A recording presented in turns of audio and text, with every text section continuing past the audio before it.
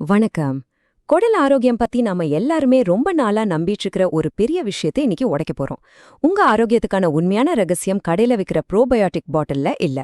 அது நீங்க நிக்கிற உங்க காலடிக்கு கீழே இருக்கிற மண்ணுல இருக்கு.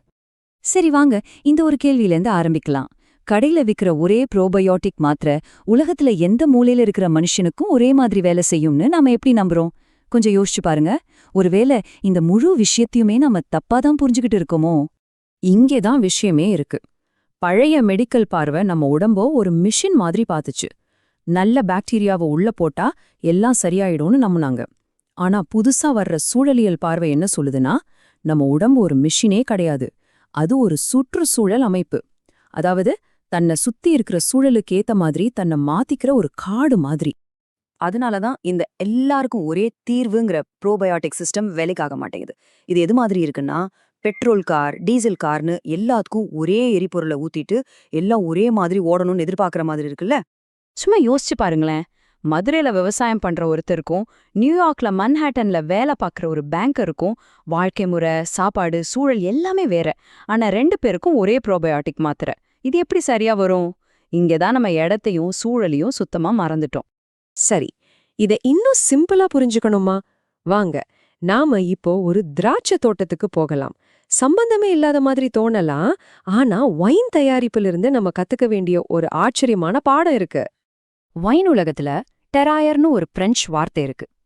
அதுக்கு என்ன அர்த்தம்னா, ஒரு திராட்சை எந்த இடத்துல வளருதோ அந்த இடத்தோட முழுமையான இயற்கைச் சூழல்.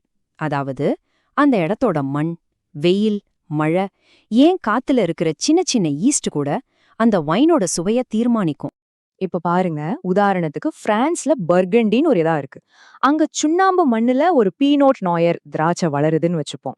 இப்போ அதே ஜெனடிக்ஸ் இருக்கிற திராட்சை செடிய கலிபோர்னியாவுல எரிமலை மண்ணுல நட்டா அதோட சுவை அடியோடு மாறிடும். இதுல இருந்து என்ன தெரியுது? விஷயம் அந்த திராட்சையோட ஜீன்ல மட்டும் இல்ல, அது வளர்ற அந்த இடத்துல, அந்த மண்ணுல இருக்கு.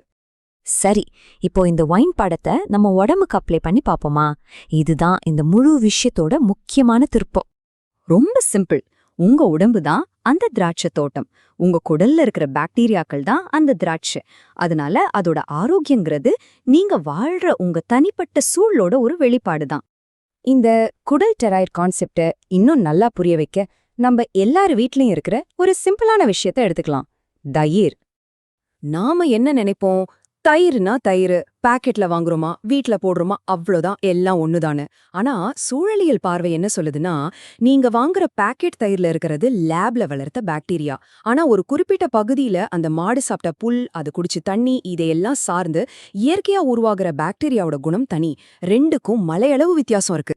அதாவது நம்ம பாட்டிங்க பயன்படுத்துற அந்த உரைமோர் இருக்குல்ல, அது வெறும் பாக்டீரியா கலவை இல்ல, அது ஒரு லைவ் டேட்டாபேஸ் மாதிரி.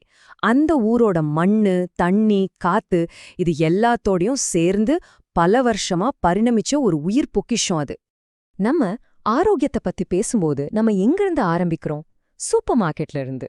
ஆனா உண்மையான ஆரோக்கிய பயணம் அங்க ஆரம்பிக்கல. அது நம்ம சாப்பாடு விளையிற மண்ணுல ஆரம்பிக்குது. இந்த கனெக்ஷனை தான் நாம மொத்தமா மிஸ் பண்றோம். இங்க பாருங்க, இது ஒரு சங்கிலி தொடர் மாதிரி. நல்ல உயிருள்ள மண்ணு, அந்த மண்ணுல விளையிற சாப்பாடு, அந்த சாப்பாட்டுல இருக்கிற மண் சார்ந்த உயிரினங்கள், இதை நாம சாப்பிடும்போது நம்ம உடம்போட இம்யூன் சிஸ்டம்க்கு ஒரு ட்ரைனிங் கிடைக்குது. அது இன்னும் ஸ்மார்ட்டா, இன்னும் ஸ்ட்ராங்கா ஆகுது. ஆனா இன்னைக்கு நிலைமை என்ன?